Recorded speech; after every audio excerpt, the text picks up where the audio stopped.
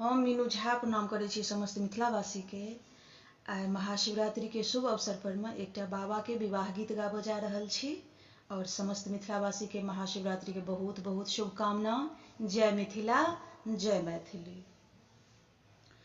चलिला महादेव सजी के बराती, हे चलेला महादेव सजी के बराती, गौरी के मोहल्ला में चलेला महादेव सजी के बराती, गौरी के मोहल्ला में एगो धामन दो चारी गो गहुमन लटका के गल्ला में, एगो धामन दो चारी गो गहुमन लटका के गल्ला में।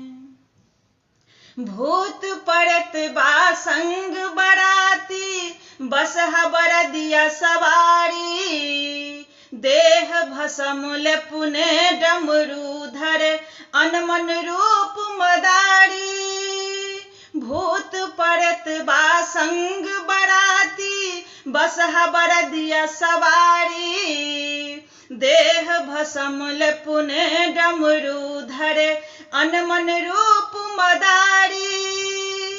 पीबत गाजा चिलम भरी के, हे पीबत गाजा चिलम भरी के, चोटकल कल्ला में पीबत गाजा चिलम भरी के, चोटकल कल्ला में एगो धामन दो चारी गो गहुमन लटका के गल्ला में, एगो धामन दो चारी गो गहुमन लटका के गल्ला में।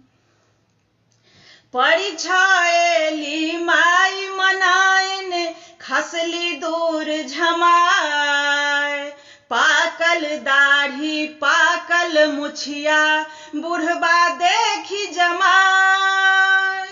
परिछाएली माई मनाइन खसली दूर झमाए, पाकल दाढ़ी पाकल मुछिया बुढ़बा देखी जमाए। बनल केहन बर नारद बभन माँ, हे बनल केहन बर नारद बभन माँ, गौरी के पल्ला में बनल केहन बर नारद बभन माँ, गौरी के पल्ला में एगो धामन दो चारी गो गहुमन लटका के गल्ला में।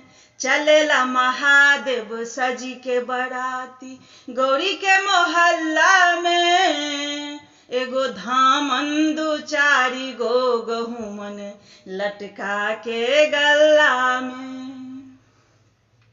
राजा हिमालय खान पान के केलन खूब तैयारी, आक धथुरा भांगक गोला ताकत शिव त्रिपुरारी।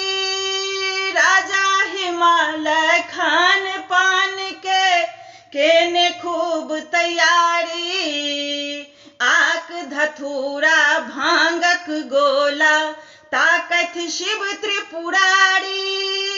अरे माबा मिश्री खोआ मलाई, अरे माबा मिश्री खोआ मलाई, उतरन नहीं गल्ला में। माबा मिश्री खोआ मलाई, उतरन नहीं गल्ला में एगो धामन दो चारी गो गहुमन लटका के गल्ला में। चलेला महादेव सजी के बराती, गौरी के मोहल्ला में एगो धामन दो चारी गो गहुमन लटका के गल्ला में, एगो धामन दो चारी गो गहुमन लटका के गल्ला में।